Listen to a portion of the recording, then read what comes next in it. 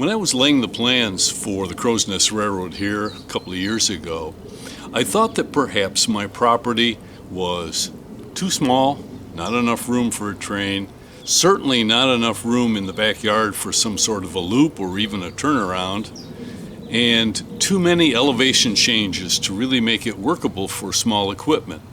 But you know what? Some of those negatives turned out to be positives.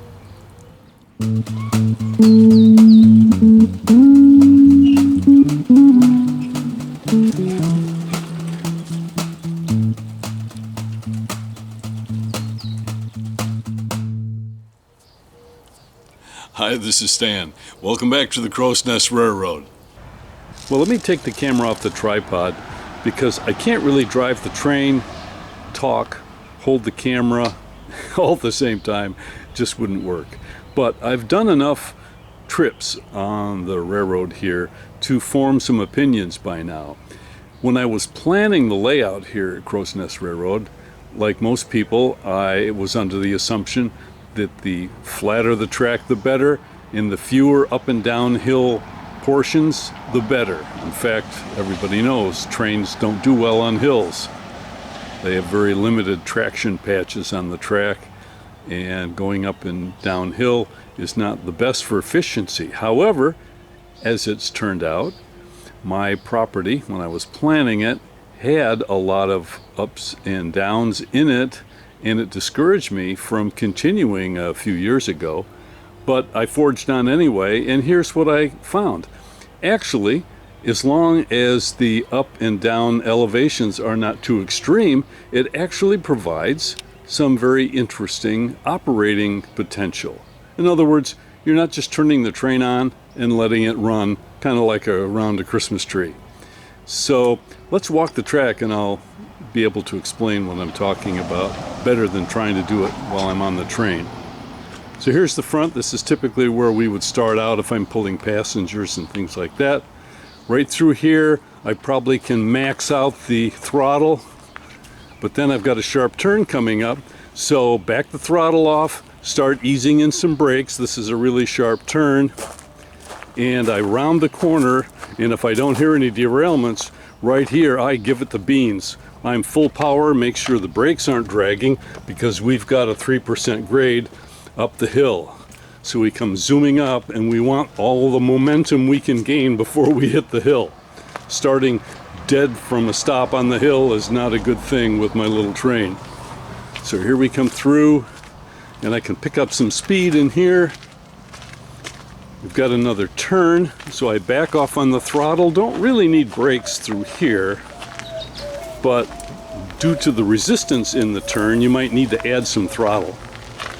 Back off on the throttle here. We've got another turn, not too sharp, but enough that I don't want to go full speed through here. Now we got a little straight, so I can go ahead and give it some throttle through here. And of course the shed's closed right now, but I can give kind of medium throttle. I can start rolling the throttle on as I go through the tunnel. Now we're through the tunnel, and we can pretty much, if you have the need for speed, be at full throttle here when we're by Ladderville, and gravity is going to start to pick up. So if I've got a few passengers, especially right here, the train starts to get heavy and the inertia is building up. And as soon as I hit this concrete slab, I'm thinking, let's ease in some of the mechanical brake, back off on the throttle so that I can slide through the turn. Not too fast, but I don't want to stall out here on the turn either. So end up with about maybe 1/3 throttle, releasing the brakes, come rolling through.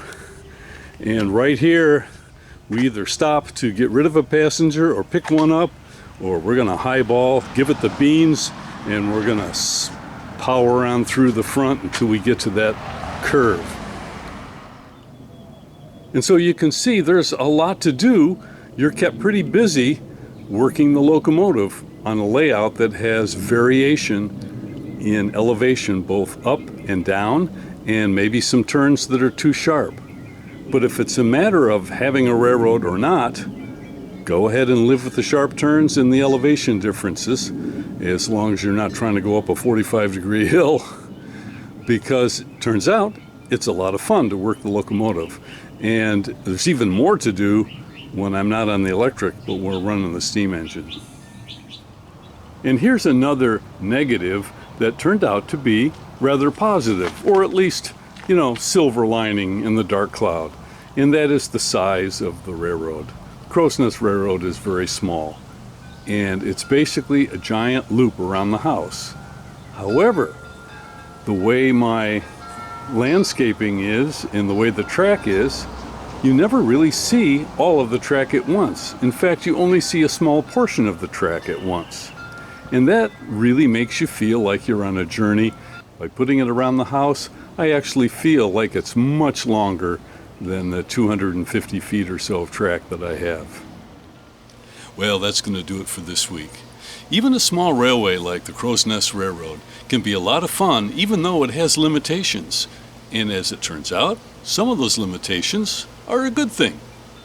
I'll see you right here next time.